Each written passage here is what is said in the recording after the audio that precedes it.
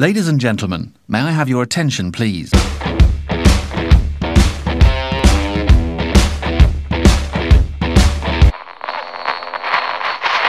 Tu as donc sorti il y a peu ta propre maison d'édition, les éditions Faute de Frappe. Si tu veux, on y reviendra un peu plus en détail tout à l'heure. Parce que là, ce qui nous intéressait, c'était le fameux, aujourd'hui, c'était le fameux Stan Kurtz, qui est un personnage récurrent. Est-ce que tu pourrais nous parler un peu de ce personnage? Parce qu'il a fait quand même pas mal de, tu as fait pas mal de choses avec lui. Kurt, il vient de loin. Kurt, il a plus de 10 ans maintenant. Il a il a failli avoir plusieurs vies avant d'avoir une vie, en fait. À la base, c'était un personnage de scénario. Puis il a failli avoir une vie théâtrale parce que je me suis dit que, n'ayant pas d'argent pour faire un film, j'allais essayer d'en faire une pièce. Je n'en ai pas fait de pièce. Après, il a eu plusieurs débuts de vie dans des bouquins. Avant d'enfin trouver sa vraie première vie dans sa première aventure qui s'appelle Série B, que j'ai écrite déjà en 2008. Mais il aura fallu, alors je ne vais pas vous faire tout l'historique, hein, mais il aura fallu attendre encore 7 ans, en 2015, avant que cette première aventure, donc Série B, passe de l'état de manuscrit dans mon tiroir à publié, donc bouquin publié aux éditions Fleurs Sauvages. Voilà.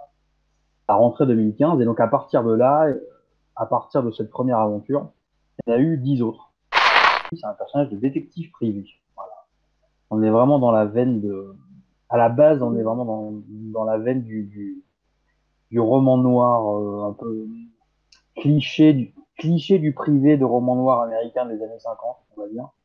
Mais tout le sel du truc vient du fait que justement ça se passe ni aux États-Unis, ni dans les années 50, mais ça se passe quelque part et, à notre époque. Donc, pareil, il y a quand même beaucoup du sel de la série qui est basé sur l'adaptation, ou plutôt l'inadaptabilité du personnage à notre époque moderne. Voilà. On va plutôt s'intéresser du coup à ton dernier, qui est sorti, le dernier Stan Kurtz, hein, je parle, qui s'appelle Détour. Tout à Tu l'as fait. sorti quand exactement c'est il y a quelques Alors, mois il est maintenant? sorti fin janvier de cette année. Ouais. D'accord, oui. Bah, fin janvier. Janvier. Voilà. D'accord. Et là, tu le sors du coup pour l'occasion en numérique. C'est aujourd'hui la sortie numérique, la première Aujourd'hui, sortie. jeudi 4 juin 2020, sortie de Détour, qui est le premier Stalker en numérique, parce que jusqu'à maintenant, il n'y a eu que des vies de papier, sauf l'épisode. Donc là, aujourd'hui, sortie à la fois du dernier en date d'écriture, enquête indépendante, c'est-à-dire que on n'a pas besoin d'avoir lu tous ceux d'avant pour découvrir des tours, se suffit à lui-même. Si tu veux bien, je vais lire juste la quatrième de couverture pour donner un petit aperçu de la tonalité. Je t'en prie. Tu m'autorises? Bon, à moins que tu veuilles la lire toi, mais c'est Vas-y, comme tu veux. fonce. Non, non. Alors, on est parti pour avoir un petit aperçu. Imaginez le topo. Vous êtes convié à l'enterrement d'un pote que vous aviez perdu de vue depuis des lustres. Une sale coïncidence, il est allé mourir au fin fond d'un bled perdu. Peuplé de gus aussi avenant que des furoncles mal soignés. En sus, le trépas du fameux pote, son soi-disant suicide, refoule le bizarre à plein naseau. Bref, on va encore dire que je suis pointilleux, plus acharné qu'un bulldog, mais cette fois, ça va chier. Donc ça, pour le coup, ça donne vraiment un petit aperçu, ça donne vraiment le ton, ça nous met aussi, ça nous donne aussi un aperçu des références, hein, comme par exemple Frédéric Dard. Et cette façon d'écrire, est-ce que, pour ceux qui connaîtraient pas tes autres romans, est-ce qu'on retrouve quand même ce style-là, ou est-ce que, enfin, c'est propre, vraiment propre à Stan? Est-ce que c'est naturel chez toi? Est-ce que tu l'as vraiment bien bossé? C'est un peu comme un cocktail, si tu veux. C'est que t'as les différents ingrédients d'un cocktail, notamment l'alcool, donc l'ingrédient principal, et suivant la personne qui le fait, ce cocktail, elle prend les mêmes ingrédients, mais elle les dose pas de la même manière. Et on va dire que dans le style de Kurt, c'est là où tous les ingrédients, surtout l'alcool, donc surtout cette gnôle magnifique, c'est là où ils sont dosés le plus fort. C'est là où l'argot est le plus fort, c'est là où le faux langage parlé, c'est-à-dire le langage parlé, mais qui est quand même très écrit, est le plus fort, et c'est là où tous les motifs sont exacerbés et un peu gonflés, sont tous sous stéroïdes, disons, mais ils sont pas uniquement chez Kurt, en fait. Chez Kurt, ils sont gonflés. Mais ailleurs, dans certains de mes autres bouquins, on les retrouve déjà, en fait. Sur plein d'autres titres, je suis plutôt dans un univers, dans une veine réaliste, ce que n'est pas du tout Kurt, en fait. Voilà. Mais après, il y a quand même déjà l'humour, déjà la distanciation, déjà ce côté un peu désabusé, un peu voilà, ça c'est assez commun à tout ce que j'ai pu pondre depuis ce temps immémorial où j'ai commencé à pondre. Voilà, telle une poule. Est-ce que j'ai peur de perdre des lecteurs en utilisant l'argot? Bah, je te dirais oui, c'est vrai que ce serait dommage de perdre des lecteurs, mais après, l'argot faisant tellement partie intégrante du personnage, de son parler, du style et de l'univers. Et je suis quand même, alors je suis peut-être naïf, je pense que l'argot n'est pas forcément peut-être compréhensible en tant que tel, mot pour mot, mais dans le contexte de la phrase, dans le contexte de la scène, vu la manière dont Kurt cause, il y a quand même souvent, il y a moyen de piger le sens. J'aime pas les notes de bas de page, voilà. Donc, j'en mettrai jamais, voilà. Et quand il y en a dans des bouquins, je les lis pas. Voilà. Je les lis pas parce que c'est comme t'es au cinéma, tu vois un film, et puis d'un coup, pendant que t'es en train de voir un film, il y a une bulle qui s'ouvre sur ton écran pour t'expliquer ce que t'es en train de voir. Et donc moi, ça me sort du film. Donc les notes de bas de page, pour moi, c'est pareil. Quand il y a un petit numéro à côté d'un mot sur une page, j'y vais pas, je m'en fous parce que si je suis pris dans le bouquin, eh ben j'y vais pas. Voilà. Alors parfois, je reviens quelques pages en arrière pour les lire une fois que j'ai fini le chapitre, mais en tout cas, c'est pas quelque chose que j'aime beaucoup. Donc c'est pas quelque chose que je vais faire sur mes propres textes. Il y a pas mal d'argot. Disons que c'est plus la manière dont sont tournées les phrases qui peut un peu surprendre au début, je dirais. Mais le sens, enfin, on comprend absolument tout. Même s'il y a un mot qu'on ne connaît pas, comme tu dis, dans le contexte, tu comprends ce que ça veut dire, quoi. Je sais pas, il y a vraiment, enfin, il y a vraiment aucun souci. Est-ce que dans cette caricature d'inspecteur, de détective, pardon, est-ce qu'il n'y a pas vraiment de toi? Moi, je sais que ça représente un peu ce que j'aurais voulu être plus jeune, tu vois, ce détective, mine de rien, même si c'est un peu une caricature. Je pense que j'aurais voulu être un truc comme ça, tu vois, quand j'étais plus jeune, et même maintenant, tu vois, ça me Ben, plairait même, tu vois, d'être.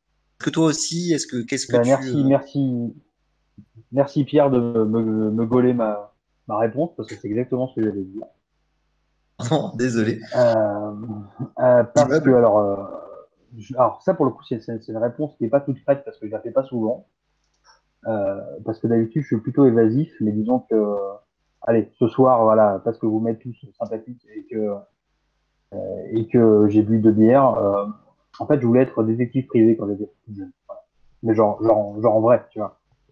Et simplement je suis né à Lille dans le nord de la France. Et qu'à un moment, à l'horizon de ma vingtaine, donc à l'horizon d'un temps immémorial du début des années 2000, je me suis sérieusement renseigné comment devenir un détective privé à Lille, en France, au début des années 2000.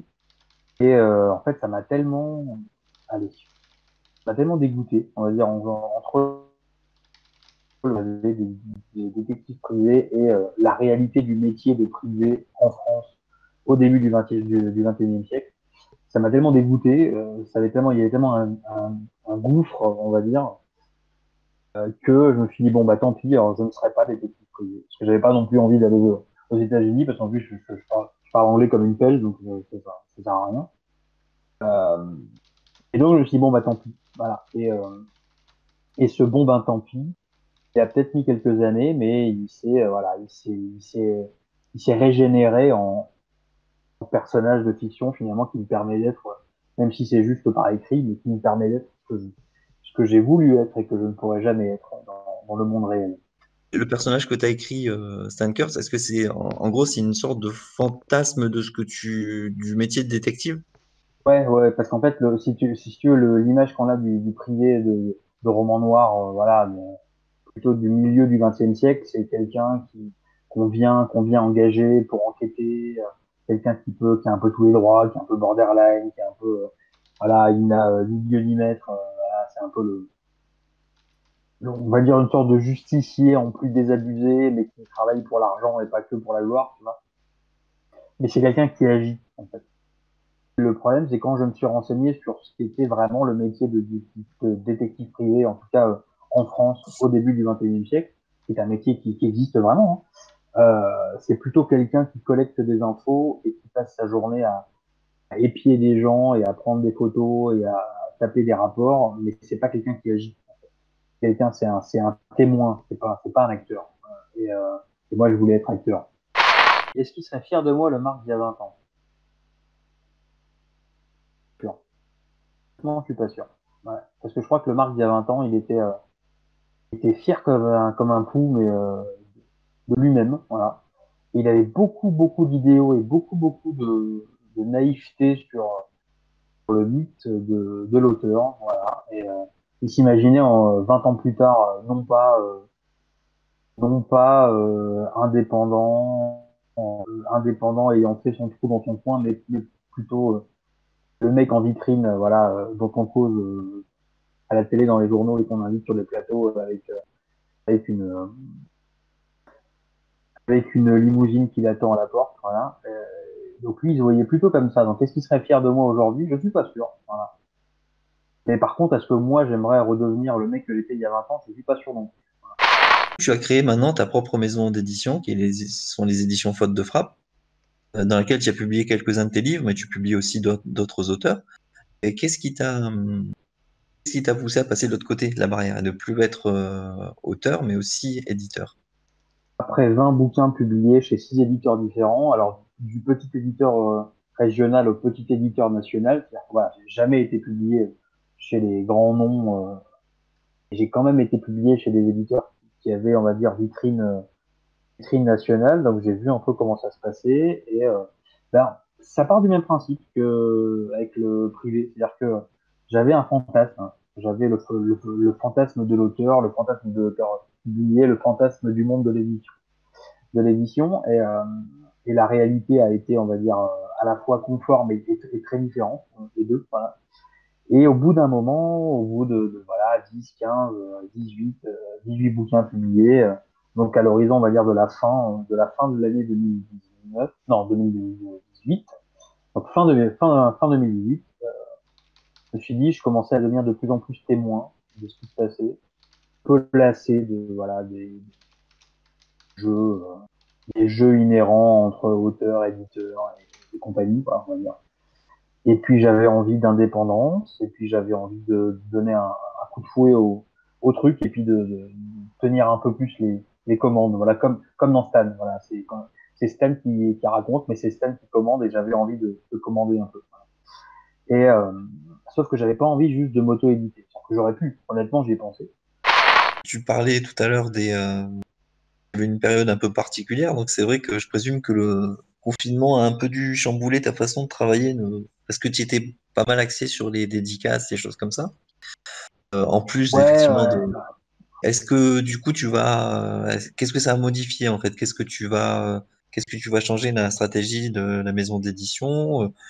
Comment tu gères cette période un peu compliquée?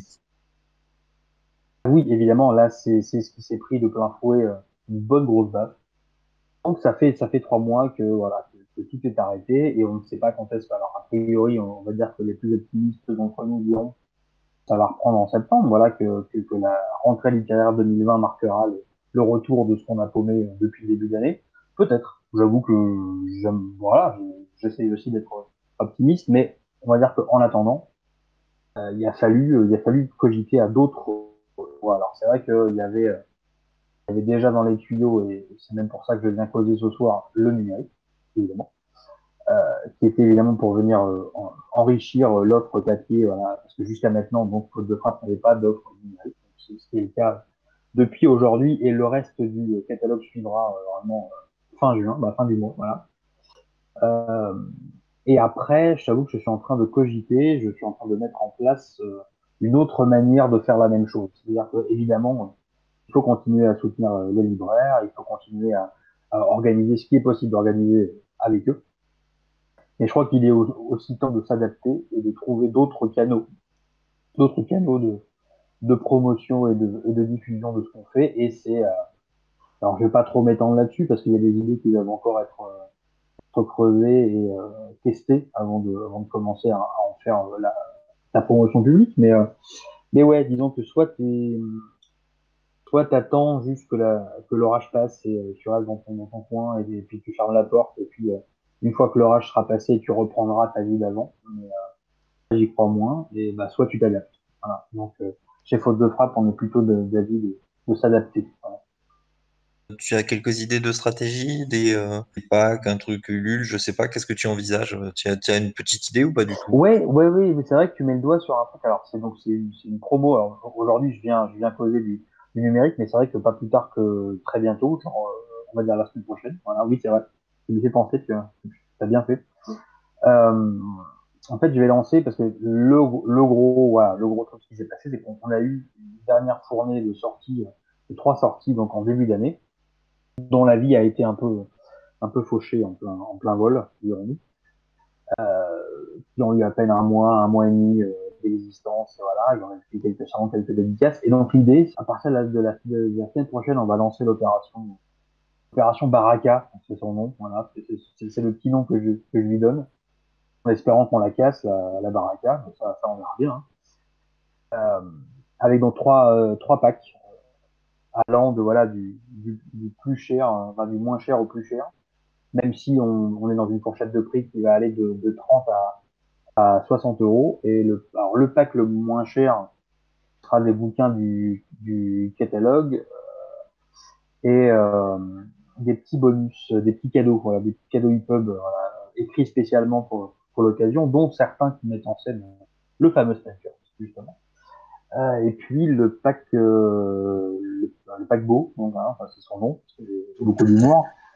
Donc celui à 60 euros, en fait, ce sera à la fois pour des types de catalogue et à la fois pour être à la fois dans le présent et dans l'avenir, et aussi pouvoir précommander en fait de nos futurs titres. Voilà. Pour pas seulement promouvoir ce qui existe déjà, mais commencer à préparer le futur. Voilà. Tu rebondis, tu luttes. As-tu tout de suite été dans cet état d'esprit à l'annonce du confinement ou est-ce que tu as été découragé? Est-ce que tu as pensé abandonner directement? Bah en fait, je vais être honnête avec toi, parce que je suis là pour être honnête. Au début, j'ai été surpris, évidemment, comme tout le monde un peu, mais j'y ai très vite vu, on va dire, un échappatoire pour faire ce que j'avais pas fait depuis un bail, c'est-à-dire écrire, en vrai. Tu vois. Là, c'est pareil, une réponse tarte à la crème, parce que je crois que tous les auteurs à qui on a posé la question pendant le confinement ont dû répondre la même chose, à savoir, on a enfin du temps pour écrire. Et c'est vrai que depuis plus d'un an où j'ai la double casquette d'auteur et d'éditeur, j'avais surtout en fait mis l'éditeur en avant, enfin l'éditeur et la maison d'édition surtout, mis en avant histoire de voilà de la promouvoir et de la faire grossir et voilà. Et donc c'est vrai que j'avais mis à part des tours que j'ai écrit l'été dernier, j'avais mis un peu l'auteur de côté. Et ben il a vu en fait le confinement avec assez d'émerveillement en vrai. Il a dit oh putain ça y est enfin quoi, le téléphone sonne plus, il y a plus de mails qui arrivent. Bon bah j'avais quand même une femme enceinte avec moi à côté, donc bon c'est quand même en fin de grossesse, donc j'étais un peu occupé, voilà. Et puis après, il y a eu la vie autour qui a fait que c'était quand même une période riche en événements divers et variés, mais en tout cas, l'auteur a été content. Et l'auteur a bouclé 3 romans en un mois. Voilà. Alors, ne m'en dis pas, j'ai pas écrit trois romans de A jusqu'à Z en un mois, mais j'avais plein de projets en stand-by à divers stades d'évolution, on va dire. Et j'ai pu en boucler 3, donc aller jusqu'au bout de tous les 3 textes sur le premier mois du confinement. Et puis d'un coup, après un mois de confinement, j'ai eu une sorte de retour de bâton, où là, oui, là j'ai pensé à faute de frappe. Là j'ai pensé à faute de frappe, là j'ai pensé à l'avenir, là j'ai pensé quand même au boulot que j'allais perdre si et ben si je faisais pas ici, si l'équipe faute de frappe, voilà, si on n'était pas présent pour essayer de rebondir et donc, on a commencé à bosser. Voilà. Et donc, je me demande est-ce que j'ai pensé devoir abandonner? Oui, évidemment, j'y ai pensé. Évidemment, j'ai pensé, on va dire, ouais, dans le creux de ces 2 mois. Voilà. il s'est passé un premier bon mois, 5-6 semaines, j'étais super content, et où je pensais à rien d'autre qu'à ça. Et puis, le creux de la vague, au milieu, où j'ai dit, bon, bah voilà, en fait, c'est bien beau, t'écris, t'empiles les textes, mais tu vas rien pouvoir en foutre.